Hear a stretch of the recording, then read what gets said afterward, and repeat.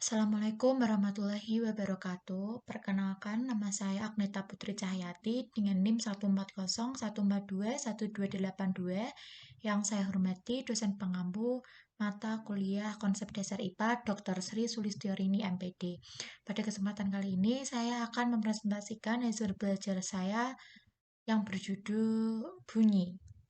Saya akan menjelaskan mengenai bunyi. Bunyi sendiri berasal dari partikel yang bergetar.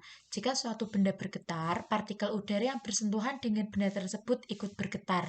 Getaran benda diteruskan ke seluruh ruangan melalui udara. Ciri-ciri bunyi yaitu ada dapat merambat melalui benda padat, cair, dan gas. Contoh perambatan bunyi pada benda padat yaitu bunyi detak jantung yang dapat didengar melalui stetoskop. Pada benda cair, contohnya yaitu suara dua batu yang dibenturkan satu sama lain di dalam air. Lalu pada benda gas, contohnya yaitu suara petir saat hujan yang dapat didengar. Lalu selanjutnya, bunyi itu dapat diserap. Bunyi dapat diserap atau diredam menggunakan benda yang lentur seperti busa, wol, ataupun karet. Selanjutnya, ciri bunyi yang terakhir yaitu bunyi dapat dipantulkan. Bunyi dapat dipantulkan jika mengenai benda padat seperti besi, dinding, ataupun batuan. Bunyi dapat dipantulkan memiliki manfaat untuk mengukur kedalaman laut serta mengukur panjang lorong goa. Selanjutnya, saya akan menjelaskan mengenai jenis-jenis bunyi. Jenis bunyi sendiri ada tiga, yaitu infrasonik, audiosonik, dan ultrasonik. Infrasonik merupakan bunyi yang amat lemah. Jumlah getaran bunyi dalam energi infrasonik kurang dari 20 getaran per detik. Tentu saja kita tidak bisa mendengarkan bunyi jenis ini. Namun hewan-hewan seperti jangkrik, angsa, anjing, ataupun gajah bisa mendengarkan bunyi tersebut. Selanjutnya ada audiosonik. Audiosonik merupakan jenis bunyi yang bisa kita dengar karena jumlah getaran bunyinya berkisar antara 20 hingga 20.000 getaran per detik. Tak hanya manusia, hewan pun dapat mendengarkan jenis bunyi ini. Selanjutnya yang terakhir yaitu ultrasonik. Ultrasonik merupakan bunyi yang amat kuat dan levelnya di atas audiosonik. Jumlah getaran bunyi ultrasonik tercatat lebih dari 20.000 getaran per detik. Bunyi tersebut tidak bisa kita dengar, hanya hewanlah yang bisa menangkap bunyi tersebut.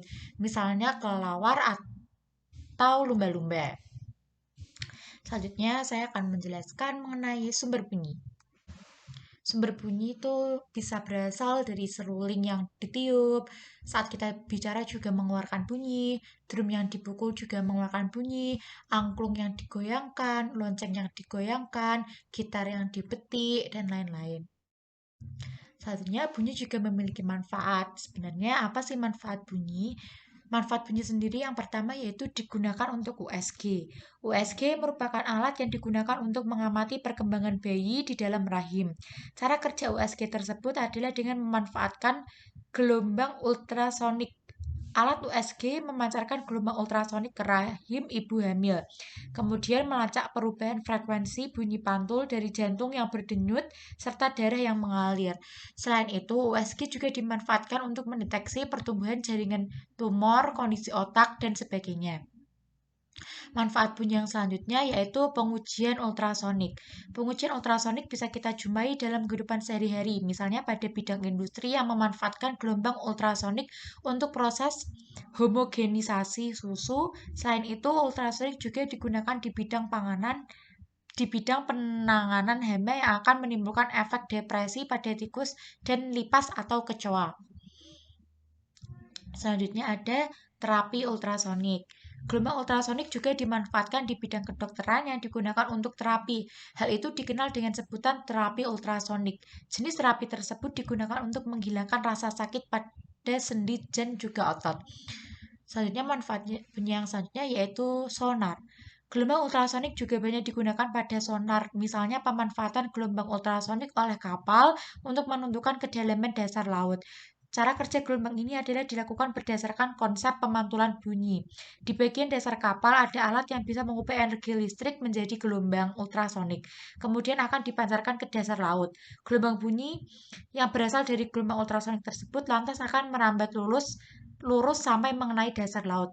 Saat gelombang telah mencapai dasar laut, sebagian gelombang akan dipantulkan kembali ke kapal lalu ditangkap oleh detektor. Itulah tadi penjelasan mengenai materi bunyi dari saya. Kurang lebihnya mohon maaf. Terima kasih. Wassalamualaikum warahmatullahi wabarakatuh.